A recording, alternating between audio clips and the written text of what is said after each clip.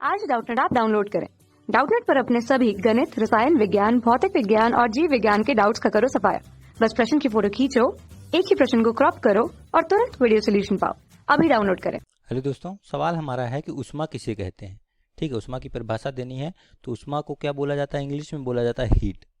ठीक है, इसे बोलते हैं हीट। ठीक है, तो उष्मा हमारी क्या होती है? एक तरह की एक ऊर्जा होती है, एक प्रकार की। क्या है उष्मा को क्या कहते हैं? ये एक प्रकार की ऊर्जा होती है जो कि हमारा क्या होता है? स्थानांतरण होता है। जब हमें तब पता चलता है दो से अधिक वस्तुओं के बीच में। ठीक है, उदाहरण के लिए मान लो आपने क्या किया, एक कप में चाय ले लिया। ठीक है, ये आपने क्या किया?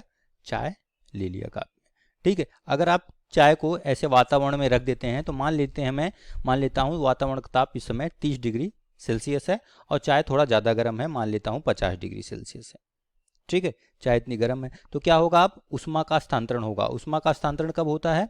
हमारा ताप डिफरेंस की वजह से, तापांतर की वजह से। देखिए यहाँ पे ताप में अंतर है, 20 डिग्री सेल्सियस का अंतर है। तो तापांतर की वजह से हमेशा जब उष्मा का स्थानांतरण होता है तो हमेशा तापांतर जरूर उसमें होता है। ठीक है, तो तापांतर की वजह से हमेशा क्या होता है? उष्मा का स्थानांतरण होता है। ये तब तक उष्मा यहाँ पे जाती रहेगी तब तक हमारा चाय क्या हो जाएगा? परिवेश जो हमारा वातावरण के ताप के बराबर ना आ जाए, मतलब 30 डिग्री सेल्सियस जब आ जाएगा तो ये हमारा क्या होगा? चाय अब रुक जाएगी, अब उष्मा का स्थानांतरण होना बंद हो जाएगा। तो ये जो उष्मा जाती है दो किसी निकाय से एक जगह से दूसरी ऊर्जा के रूप में, इसी को हम लोग क्या कहते हैं? जो हीट जा रही है इसी को उष्मा कहा जाता है। ठीक है, बेसिकली उष्मा क्या है? उष्मा जो है एनर्जी का एक रूप है जिसका हस्तांतरण दो या दो से अधिक निकायों के बीच ताप अंतर के कारण होता है। ठीक है, तो हमें पता कब चलता है? जब उष्मा का हस्तांतरण होता है तो हमें पता चलता है उसमें उष्मा है। उष्मा हस्तांतरण 3 प्रकार से होता है, आप जानते हैं।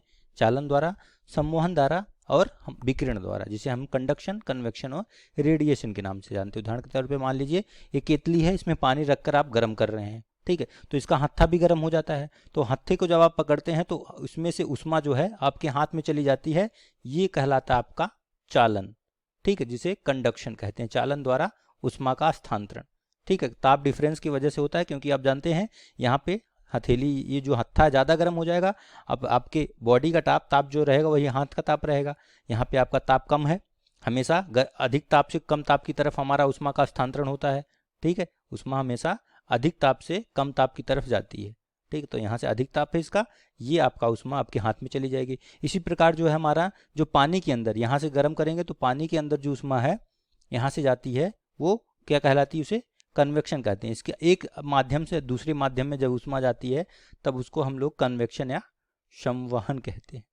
ठीक है, और जब हमारा उष्मा डायरेक्ट भी है, तापांतर की जरूरत नहीं होती, बस जो है बॉडी किसी न किसी ताप पे, उसका कोई ताप जरूर होना चाहिए। 0 केल्विन के अलावा किसी भी ताप पे कोई भी बॉडी हो वो रेडिएशन करती है, विकिरण करती ही करती है। ठीक है, तो ये हमारा आग जल रही है तो विकिरण द्वारा भी आपका उष्मा का स्थानांतरण होगा। तो इन 3 विधियों से हमारा उष्मा का स्थानांतरण होता है। तो हमें पता चलता है कि उष्मा हमारी क्या है? एक एनर्जी के रूप में है।